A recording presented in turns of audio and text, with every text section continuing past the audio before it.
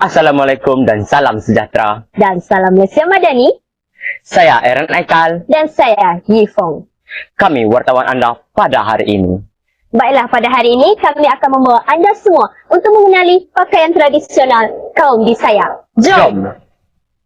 Kaum Bisaya adalah salah satu etnik pribumi di Sarawak, Malaysia yang menetap terutamanya di kawasan sekitar Limbang dan Lawas. Baiklah, Ifong, sekarang bersama kita siapa kalau boleh tahu? Aaron, sekarang bersama kita ni pemilik Alai Gayo Homestay. Puan-puan mungkin boleh perkenalkan diri terlebih dahulu. Okey, terima kasih. Saya Cecilia Lim, adalah pengurus Alai Gayo Homestay ini dan pemilik dia adalah Puan Yayang. So, saya yang bertanggungjawab untuk mengurus segala program ataupun aktiviti yang ada dalam homestay ini. Ya. Jadi saya nampak Puan hari ini pakai baju Bisaya tradisional lah. Ya, betul. Mungkin Puan boleh perkenalkan sedikit baju ini. Okey, yang saya pakai sekarang ni adalah baju tradisional Bisaya, iaitu kita panggil baju Bisaya Kemamban, dan yang sebelah saya adalah Puan Yayang yang memakai baju salah satu juga pakaian tradisional Bisaya, iaitu baju masuk. So dia ada dua jenis baju tradisional Bisaya. Ya.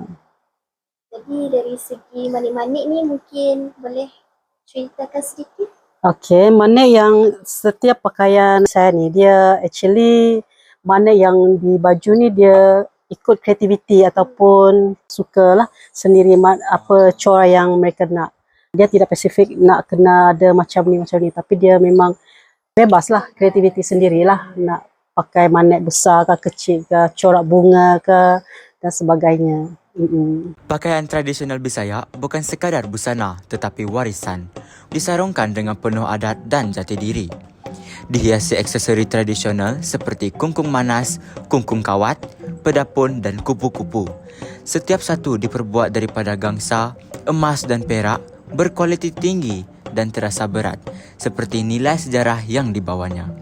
Pakaian ini bukan dipakai sebarangan tetapi menghiasi tubuh para waris budaya dalam pesta babulang, pertandingan ratu dan panglima Bisaya dan pelbagai acara tradisional. Inilah sulaman budaya identiti Bisaya. Semoga tradisi ini dapat dikekalkan untuk generasi yang akan datang. Jangan lupa Like dan subscribe channel kami.